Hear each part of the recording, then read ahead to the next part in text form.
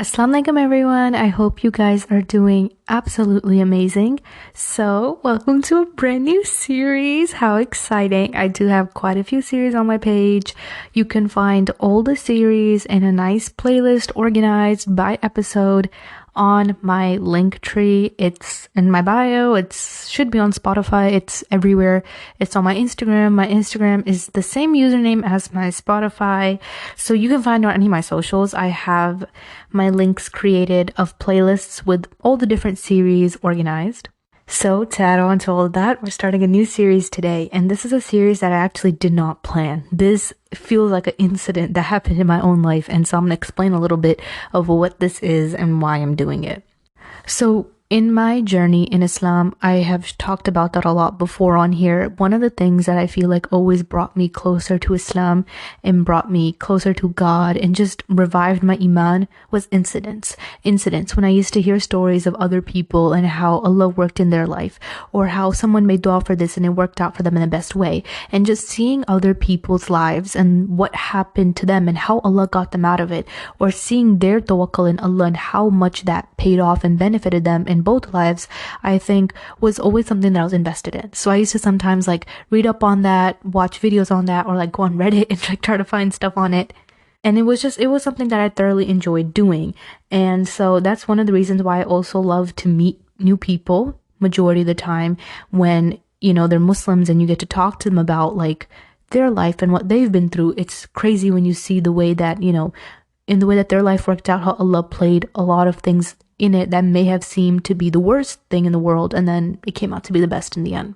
So a few nights ago, I randomly got a DM from someone and they sent me this PDF link. This person in particular, they usually do send me some useful links and contents and books, and I have people that sometimes DM me useful resources to share and whatnot. I didn't think much of it because this person usually sends me stuff. So they sent me a link, and it was a PDF, and it was part 3 of this book. And they were like, oh, if you get time, read this. And I was like, okay. I clicked it and it was 60 or 100 pages. And I was like, oh, okay, so this is not a short read. I actually gotta, sit down and read for this. Cause 100 pages is short, but it wasn't something that I could read in one sitting. So I didn't think much of it. I saved it and then I went about my day. One night in particular, I was sitting there and I was thinking, and I was like, I gotta fix my sleep schedule. I can't sleep. I gotta fix my sleep schedule. And what's the thing that makes me makes me sleepy super quickly? Reading.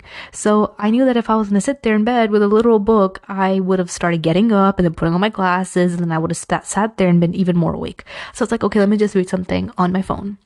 As I'm sitting there thinking about what I should read, while I was praying Isha, the idea hit my brain that, oh, you should read that book that person sent you. And I was like, okay, let's just click it and let's see what it is. I started reading part 3 of that book. I was 10 pages in. I read the first story. I instantly exited out and I went online and I started to read part 1. And I was like, there's no way that I'm not going to share this with everybody. So I read part 1, not even done with the book. And me and you are going to start reading this together and talking about it because it's amazing. I knew that this was something I just had to share with you guys. So this is called Presence of Paradise, and it's a collection of true inspiring incidents. And this is part 1.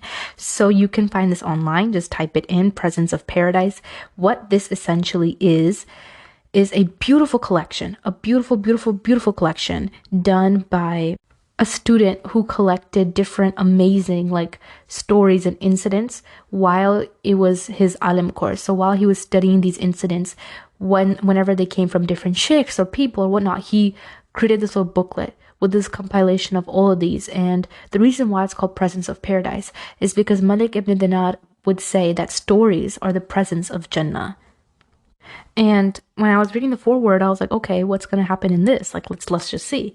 Read it. I was like, yeah, I gotta share this with the entire world. So I decided to create this new series called Presence of Paradise, where I'm going to share with you beautiful incidents, beautiful real life stories from these books and whatnot, and elaborate, and we can all, grow some iman, raise our iman together, share some advice from those stories, and just kind of talk about it. And then, hopefully this can be something that you can look forward to throughout the weeks to help you raise your iman. If this is what you're looking for, if you're very invested in hearing beautiful incidents, I'd recommend the series to you, and I'd recommend you sticking around because inshallah, this will benefit you. So to preface, you can find his book anywhere.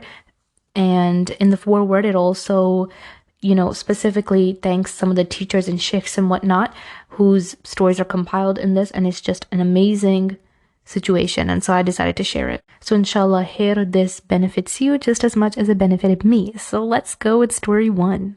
This is narrated by Sheikh Ibrahim Al-Faris, and this account, you should ask yourself while listening to this, if she can do it, why can't I?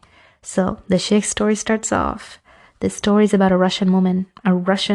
I'm not talking about any woman from here or there or anyone from the Islamic world. This woman traveled with a group of women to a neighboring Gulf state to import foreign goods. They were accompanied by a Russian national. They were to purchase personal electrical equipment and appliances and to enter them into Russia on the pretext that they are for personal use, so as to be exempted from excessive custom duty and only pay a minimal duty. The Russian businessman would pay for the goods, which were in the possession of the women, and sell them at a much higher price. The ladies were to receive a small portion of the profit. Such a thing is common and done often due to the low cost of goods in the Gulf states. When they had reached their desired destination, the Russian man presented to a young woman a plan, which was completely different from the one they had agreed upon. He said, "We came here to obtain a great amount of monetary gain, which this country is distinguished for. What is your opinion to pursue more wealth?" He readily requested them to trade their bodies in return for wealth. So whoever is prepared for the deal should announce it quickly. Soon he was able to convince a large number of young women to agree to his plan. Naturally, the ladies were convinced. And why not? There was no imani force to restrain them, nor decent morality to stop them. One woman, however, felt that it was not possible for her to indulge in such a deed. The man laughed and said, "In this country, you'll be finished. You do not possess anything except what you are wearing now." She thought over the situation and quickly shaped a plan in her mind. She snatched her passport and ran from the house into the street. She had nothing with her except what she was wearing and her passport. Out in the streets, she went wandering about aimlessly. The Russian man called out to her, saying, "If the road closes upon you and the going becomes difficult, you could come to me, and this is my address." But the woman had already gone. The person relating the story says, "I was walking alone the street with my mother and sister when suddenly this woman on the street hurriedly came running towards our direction and said, 'I'm from Russia and such a thing has happened to me,' and started to relate the entire story. 'All I need from you is an accommodation for a short period of time in which I can ponder over my situation with my family and my country.' At the end of our discussion, we decided to accept her request and took her home with us. She started to communicate with her family, but with no response as the communication lines in her country were not in order. Nonetheless, she continued trying all the time to contact her family. Of course, my sister started to treat her as a sister and presented Islam to her, but she disliked and disregarded it. She was unwilling to even discuss Islam. That was because she came from an Orthodox communist family, which dislikes Islam and the Muslims. One day, I went to the Dawah library and sought assistance from the manager of the library. The next part of the story is resumed from the librarian's perspective. This man took some books and went away. After a period of time, he came again, but this time he was accompanied by 4 women. 3 of them had themselves covered with some sort of hijab, i.e. only their faces and hands were open, and the 4th one was only partially covered. Both her hair and face were uncovered. The man said, "This lady is a Russian." He related the entire story and said, "I came to you last week and requested some books, and now I require other books and cassettes. I've proposed to her to accept Islam, and she has started to show some interest. I've promised her that I will marry her if she becomes a Muslim." The librarian continues the story. "I gave him another lot of books. He took them and came back after some days and said that she has agreed to become Muslim and wanted to announce her Islam. When she had declared her Islam, I told the man that there is a group of women who are teaching the Quran and are well known for their high standard of teaching." The librarian continued her story, saying, "After a period of time, the man came and said, 'I've married her and I'm now satisfied and very happy. All praise and gratitude is for Allah. The thing that aroused my interest most was this woman had covered herself fully, not like his sisters and his mother. Strange. She adhered to complete hijab." The librarian goes on to inquire of him politely how all of this happened, and he relates to him an astonishing incident. He said, "In the market, my wife inquired about a woman who had covered herself completely. She asked me, 'Why has she covered herself in such a manner? I'm sure this woman has got some defect which she wants to conceal.' I, defending the Islamic sense of honor, said to her, 'No, this woman has adored the hijab which Allah subhanahu wa ta'ala has ordered for his slaves.' Then after reflecting for some time, she told me, when I enter any shopping complex, the gazes of the owner of these shopping complexes remain fixed on my face. I should cover this face of mine. It should be reserved for my husband only. Therefore, I won't go out of this market except after I've covered myself fully. She insisted that I purchase a full hijab for her. She started wearing it at once. 5 to 6 months later, the librarian meets this man again, and after greeting him, he asked, "Where have you been?"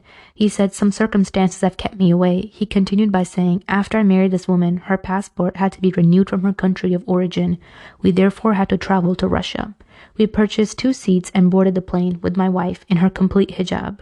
I said to her, 'O slave of Allah, we will have problems now.' She said, 'O Khalid, now you want me to obey these immoral infidels who will lead the way to hell when they die, for what they are and what they do, and disobey Allah subhanahu wa ta'ala? I can't do that.' These were actual words. We boarded the plane. The people began mocking at her in Russian.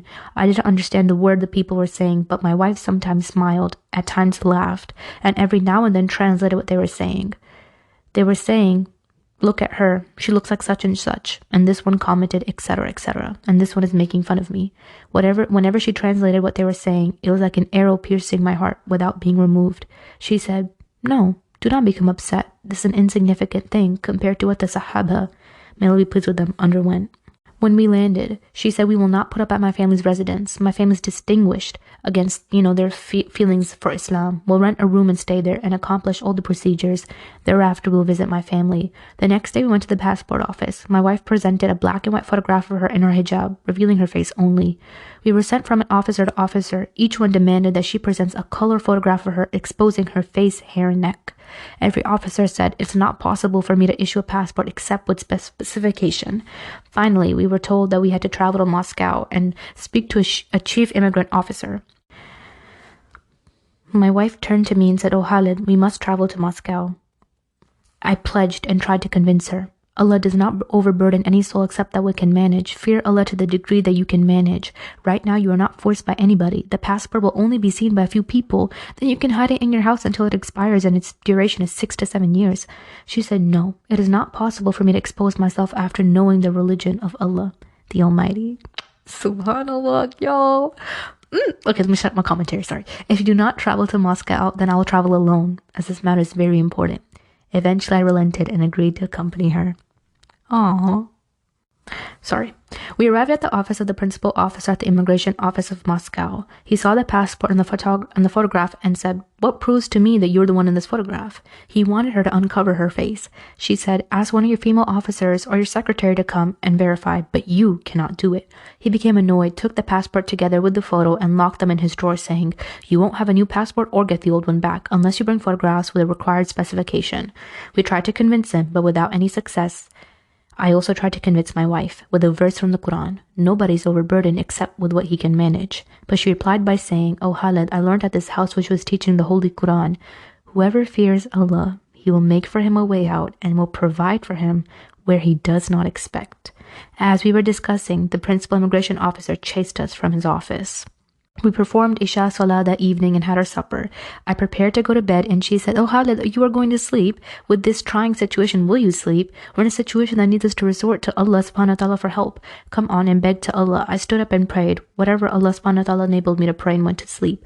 But as for her, she continued praying. Whenever I opened my eyes, I could see her either in ruku or in sajda or in qiyam or making dua and crying. Until the time of Fajr. She woke me up at Fajr and we performed our Fajr Salah.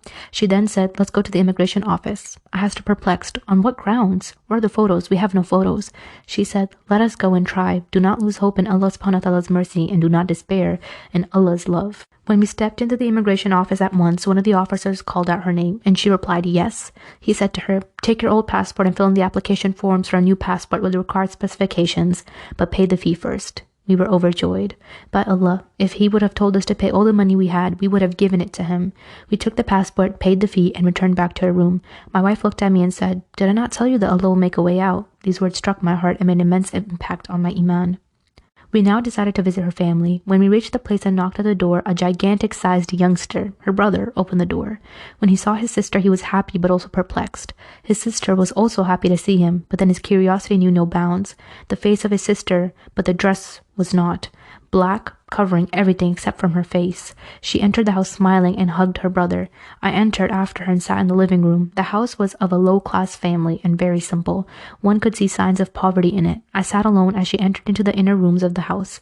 I could hear them talking, men and women in Russian language, without understanding a word nor knowing what was going on in there. Suddenly their voices raised, the tones changed, and the screaming increased. I sensed that there was something wrong, but I was unable to get the real picture as I didn't understand the language. After a short while, 3 young men came with an old man to where I was sitting. I thought they were now ready to welcome their son-in-law, but the welcome turned out to be slaps and blows. When I saw myself between these inhumane people, I knew I could be killed there. I hurriedly opened the door as fast as I could and ran out with them in hot pursuit. I was able to shake them off my trail. I examined myself and saw the signs of blows on my forehead, cheeks, and nose. My mouth was bleeding and my clothes were torn. I said to myself, I am now safe, but what is the situation with my wife? I forgot about myself and started thinking about her. I pictured her in my mind thinking, is she at this time facing the same slaps and blows and situations that I already faced? I'm sure she'll give in. I'm sure she'll leave me. I'm sure she'll renounce Islam. I stayed in my room until dawn. I changed my clothes and went out to see if I could gather any information. I watched their house from a distance, trying to figure out what was going on in there, but the door was closed. Hours and hours went by as I kept watching, going and coming back. I repeated the same thing on a second day and then the third. I lost hope and thought that my wife was dead. She's murdered, but if she's dead, then at least there should have been some movements in the house, the visits of condolence from relatives, but I saw nothing. On the 4th day after these people had gone to their jobs, the door opened and my wife's face appeared, looking right and left. Never had I seen in my life a more pleasant scene than what I was witnessing now. Despite the fact that her face I was seeing was red, covered with blood, I hurriedly went close and stared at her. I was astonished and confused. I felt sick. Her color had changed to red. There was blood on her face, on her arms, on her thighs, and her legs. Only a small piece of cloth covered her. Her feet and hands were chained and locked together behind her back. I looked at her and started crying uncontrollably. She said to me, "Oh, dang, this is getting serious." Oh, and I feel like what makes it even crazy is like these are real stories narrated by like sheikhs. Like, okay, hold on. I'm sorry. Okay.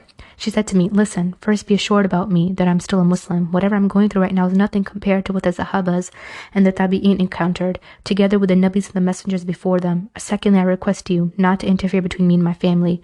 Thirdly, wait for me in the room until inshallah I come there, but increase in your du'as and prayers at night. Perform salah." I went back to my room and remained there. After 3 days, I heard a knock. I asked myself, who is that? Who could be at the door? Suddenly, I heard a sound of a voice very familiar. I had never heard a sound so sweet, so pleasant, and more beautiful than this.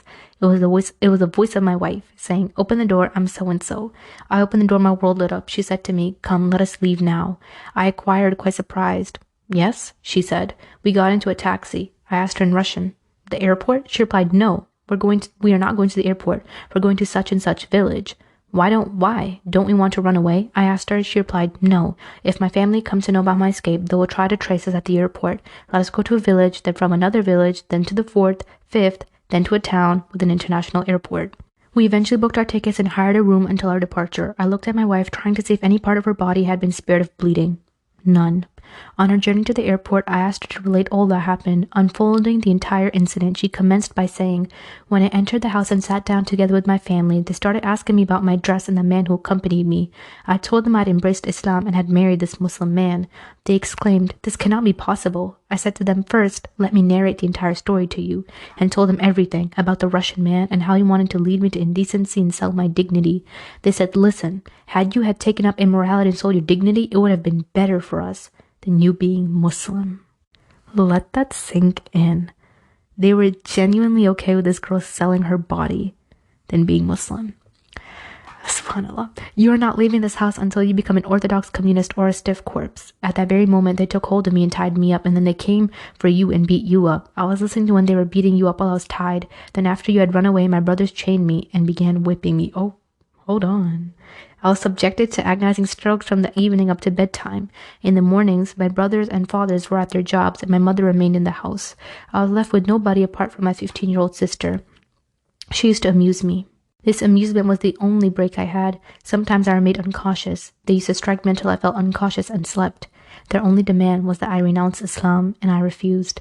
It reached a point that during my sister's joking spells, my sister started asking me, "Why are you leaving your religion and the religion of your forefathers?" I started to convince her and explain to her. She began to understand and started feeling convinced and also became impressed. The picture became clear to her, and the fallacy in which that we were living in became apparent. She said at once, "The truth is with you. This is the right religion. This is the religion I should follow." She then said to me, "Listen, my sister, I'm going to assist you." I said to her, "If you want to help me, then let me meet my husband." My sister started looking from the upper windows and saw you walking. She said to me, "I'm seeing a man with such and such characteristics," and started to describe you. I said to her, "That is my husband. If you see him, open the door for him so that I can talk to him." True to her word, she opened the door and I came out and spoke to you. But now there was a problem. I was chained up in 2 chains besides which there was a 3rd chain, which was fastened to one of the pillars so that I could move to a limited range. The keys of this chain were with my sister. The day after I asked you to remain in your room until I came there, I was able to fully convince my sister. She embraced Islam and resolved to make a sacrifice greater than mine. She was determined to help me run away from the house, but the keys of the other 2 chains were with my brother's, and he was very strict about them. On the very day my sister came up with a plan, she prepared a very strong beer for my folks and organized a drinking party. So they all drank, and drank until they became totally intoxicated and slipped into a deep slumber. She then took out the keys from her brother's pocket and unlocked the chains, and I came to in the late hours of the night. I asked her, "What about your sister?" She replied, "I advise my sister to not announce her Islam, but to keep it a secret and worship in secrecy until we can plan something for her." We traveled on our scheduled flight and returned back to the country. I took my wife to the hospital and she was admitted for some days for the treatment. And that is where the first story ends. So, before I dive into talking about the story, I do want to tell you that if you like this, definitely stay tuned for the second episode, because the second episode is not a joke. When I read that second one, my mouth dropped and I literally was just sitting there, mouth dropped, just staring at the screen. The second episode is going to hurt. Just letting you right now, the second episode is going to hurt. It's going to stab you in the heart and it's going to burn. It is a serious story about a crime and how being falsely blamed for a crime showed this man the truth of his wife and so many other crazy things. Just stick around. But let's talk about this one for a second. One of the things that I found very interesting about this story in particular was how all of it was really, when we look at one of the main incidents, was about the passport. How this woman didn't want, her hair and whatnot to be revealed on the passport. I feel like what we tend to think about as Muslims is a lot of times we tend to overlook little things. Now, of course, Allah doesn't burden us all more than He can bear, and we can talk about that as well. One of the things that I found beautiful was when we look in the story and how this woman was constantly in sujood and ruku and this and that, and constantly praying with no situation out. The next day you wake up and everything works out just fine. That within itself is a beautiful proof of how when you fear Allah and you constantly turn to Allah for your problems, they will get solved, inshallah. And I also think that sometimes, obviously we don't have a passport situation and, talking right now, maybe most likely. But I think that sometimes for us, when you've done all your effort and you stay firm on the path of Allah, you see how Allah will pave a way. Allah would never tell you to do a commandment that He knows you can't live by. Now, let's say, for example, I know that some women, what they say is, I'm going to take off my hijab in order for me to get a job. The reality of the matter is, first of all, you don't need to do that to get a job. That's the first thing. Allah has written your qadr and your rizq and your whatnot already for you. Now, the second and third thing, I guess you could say, is what a lot of women tend to not understand is taking off your hijab doesn't make anything easier for you. If anything, it only makes it harder. How does disobeying God, the one who controls the hearts of the people that you're going to get that job, the one that you're going to get success, get money, whatnot, wherever, make it easier? Disobeying God doesn't make it easier for you in any time, day or night. And if we as Muslims, and even the brothers who obviously don't wear hijab, but if you continue to abide by our morals and the hayat that we're told to share, inshallah, why won't Allah pave a way out for you? Some people, they see Allah's commandments and they say, well, this is just not going to work. This is just not going to work. Because, at my office, everyone's like this, and I'm not going to have a job after this, and whatnot. You're sitting here pointing out the flaws in Allah's commandments instead of doing Allah's commandments, trusting Allah, and seeing where Allah takes you.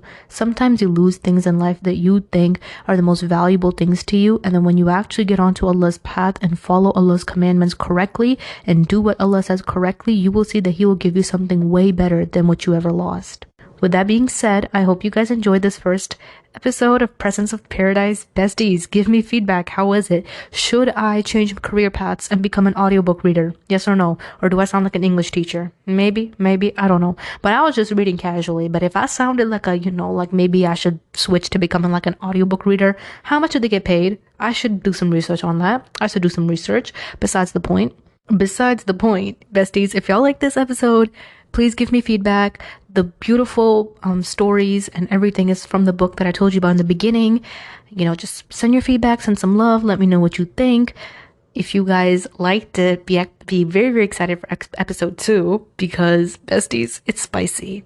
Not even spicy, it's sad. If anything, it's very, very sad. Like, it's jaw-dropping. But anyway, I'm not going to spoil anything else about that. Take care of yourself. Have a great rest of your day. Assalamu alaikum.